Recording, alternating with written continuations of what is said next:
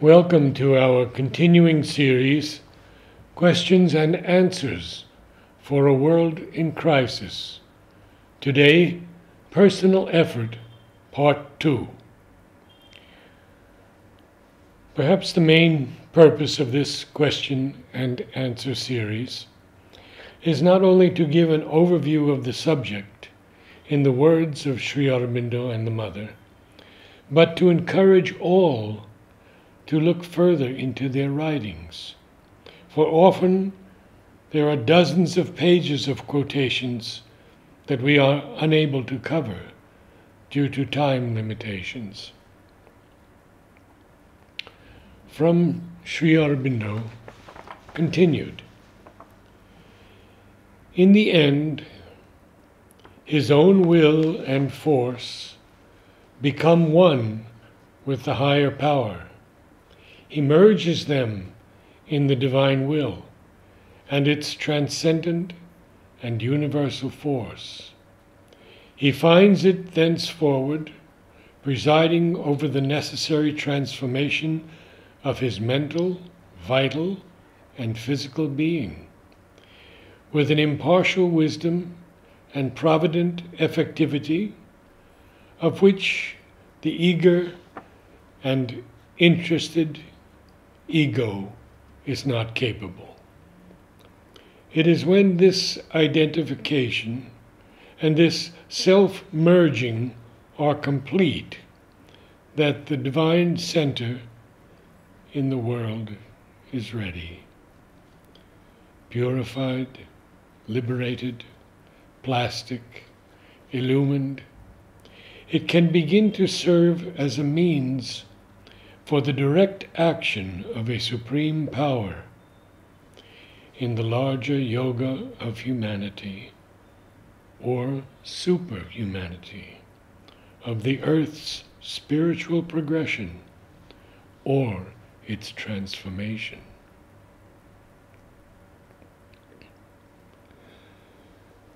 Always, indeed, it is the higher power that acts. Our sense of personal effort and aspiration comes from the attempt of the egoistic mind to identify itself in a wrong and imperfect way with the workings of the divine force. It persists in applying to experience on a supernormal plane the ordinary terms of mentality, which it applies to its normal experiences in the world. In the world, we act with the sense of egoism. We claim the universal forces that work in us as our own. We claim as the effect of our personal will, wisdom, force, virtue, the selective, formative, progressive action of the transcendent. In this frame of mind, life, and body, enlightenment brings to us the knowledge that the ego is only an instrument. We begin to perceive and feel that these things are our own, in the sense that they belong to our supreme and integral self, one with the transcendent, not to the instrumental ego. Our limitations and distortions are our contribution to the working. The true power in it is the divine's. When the human ego realizes that its will is a tool, its wisdom, ignorance, and childishness, its power, an infant's groping, its virtue, a pretentious impurity, and learns to trust itself to that which transcends it, that is its salvation.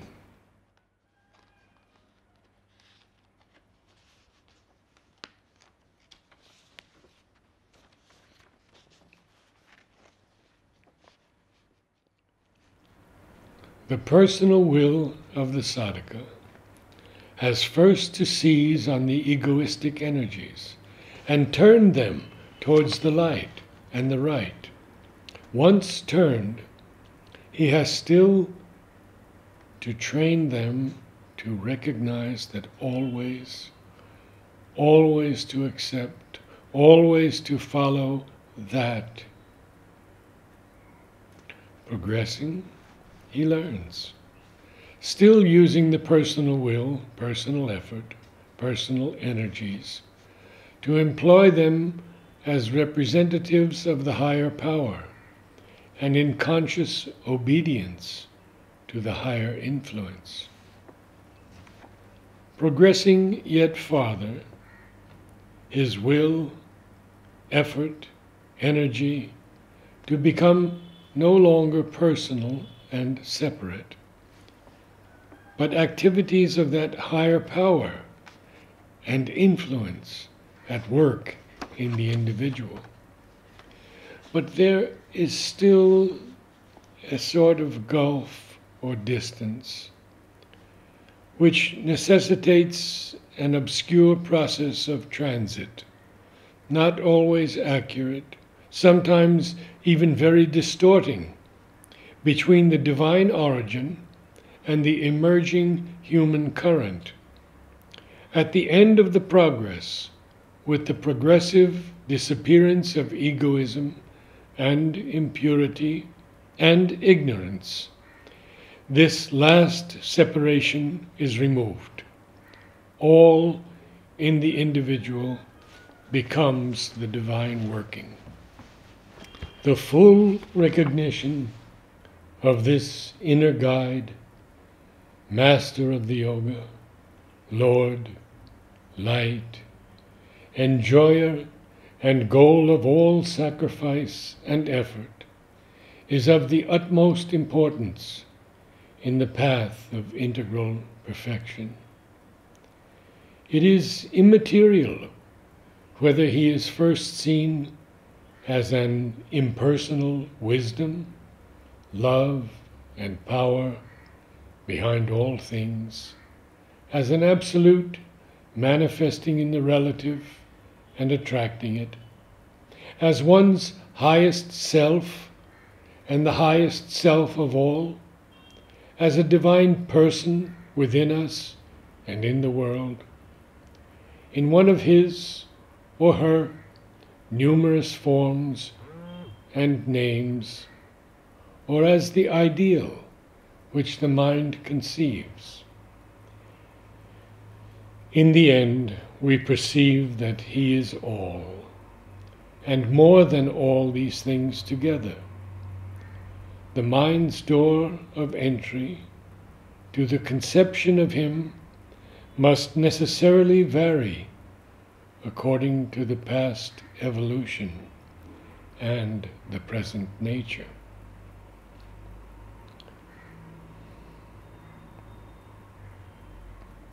This inner guide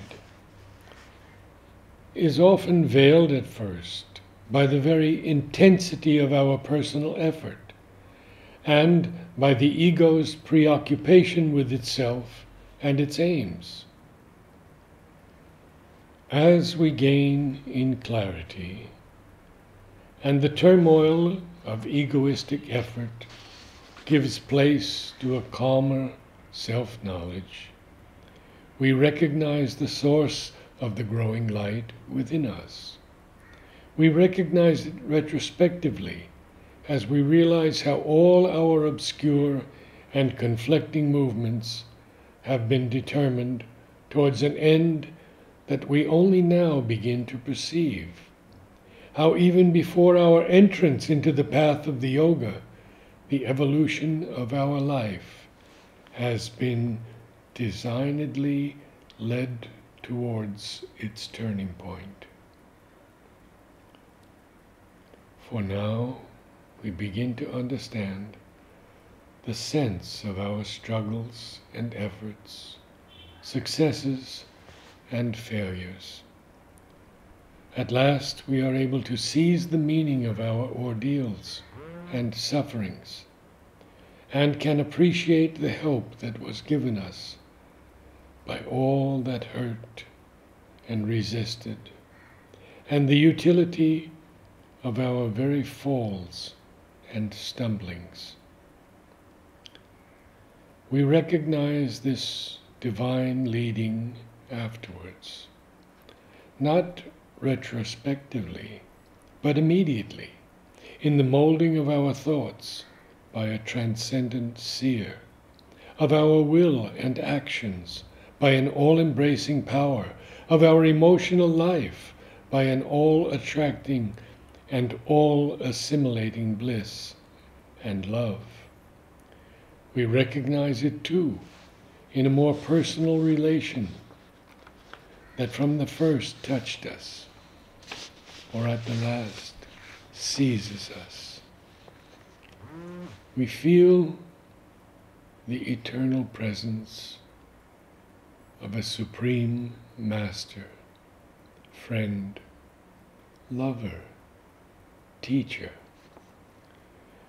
We recognize it in the essence of our being as that develops into likeness and oneness with a greater and wider existence. For we perceive that this miraculous development is not the result of our own efforts. An eternal perfection is molding us into its own image.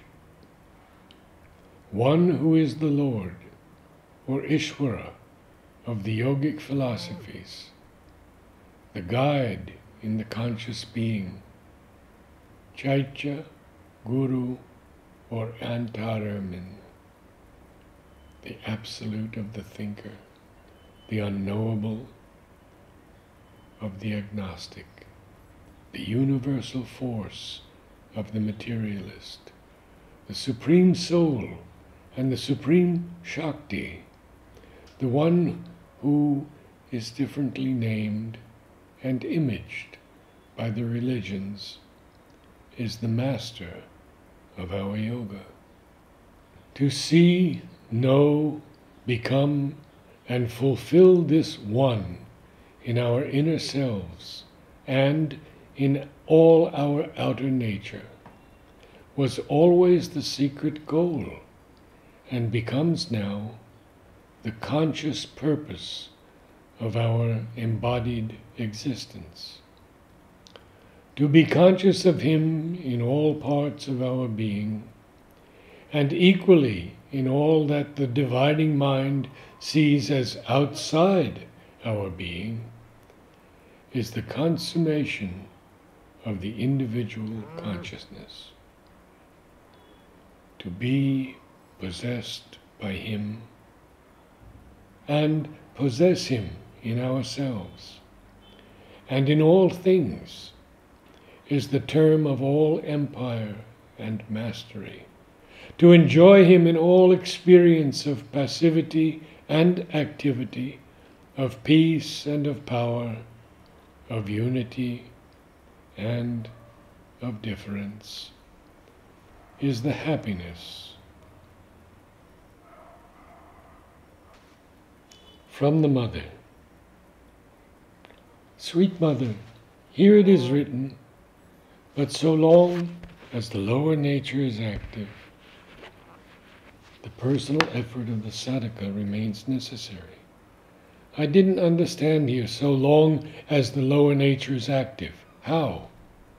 Mother, generally, the lower nature is always active. It is only when one has surrendered completely that it stops being active.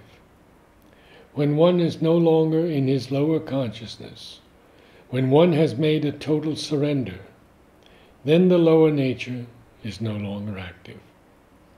But so long as it is active, personal effort is necessary.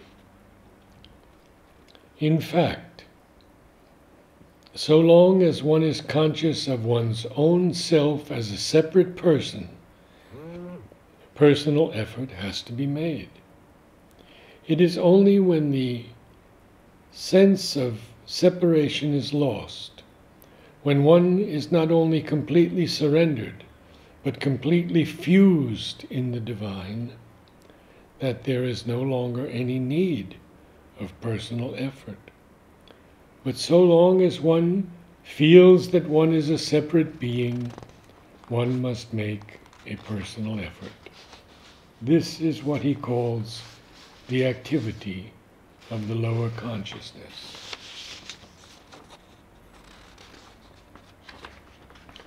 Outwardly, one believes in one's own personality and one's own effort. So long as you believe in personal effort, you must make a personal effort.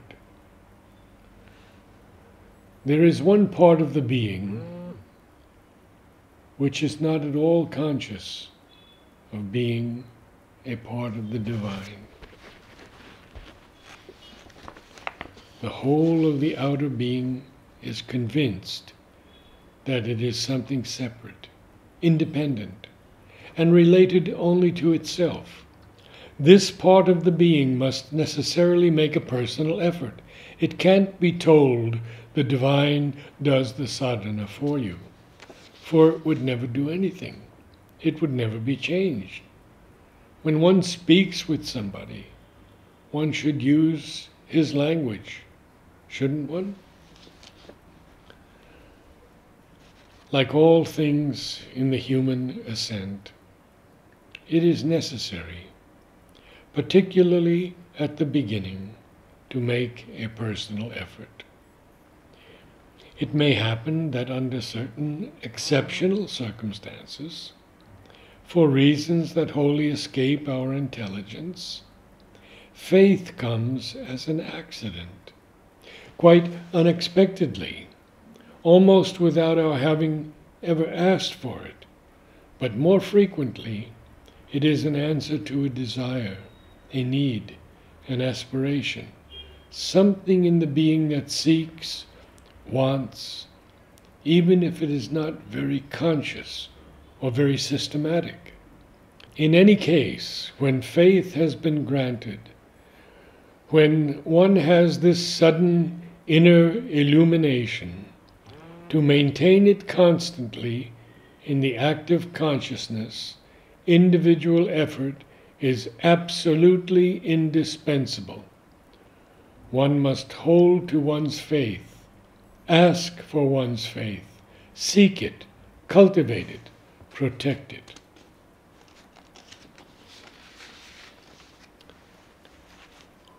The human mind has the morbid and deplorable habit of doubt, discussion, and skepticism.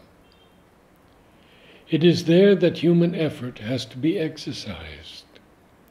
One must refuse to admit them, refuse to listen to them, and more than that, refuse to follow them. No game is more dangerous than to play mentally with doubt and skepticism. They are not merely enemies. They are frightful snares, and once you fall into them, you have a formidable difficulty in coming out of them. Some people think that it is a great mental elegance to play with ideas, discuss them, contradict one's faith, that it gives you a very superior attitude, and that you are thus above all superstition and ignorance. But it is in listening to the suggestions of doubt and skepticism that one falls into the grossest ignorance and turns away from the straight path. You enter into confusion and error, into the meanderings of contradictions, and you are not always sure of being able to come out. You stray so far away from the inner truth that you lose sight of it, and at times you also lose all contact with your soul. Certainly there must be a personal effort to preserve one's faith, to let it grow in oneself. Later on, much later, you can one day look behind and see that whatever has happened, even what appeared to be the worst, was a divine grace to make us progress on the path. And then you perceive that the personal effort also was a grace. But before you reach there, you need to walk much, struggle much, at times even to suffer much. One must go farther, one must advance, rise towards greater heights, transcend all hungry seeking for pleasure and personal good, not out of fear for punishment, even otherworldly punishment, but by the growth of a new sense of beauty, a thirst for truth and light, by understanding that it is only by widening oneself, illumining oneself, kindling oneself with the ardor for progress, that one can find, at the same time, the inner peace and the enduring happiness. One must rise up and widen oneself, rise up and widen oneself. The Mother.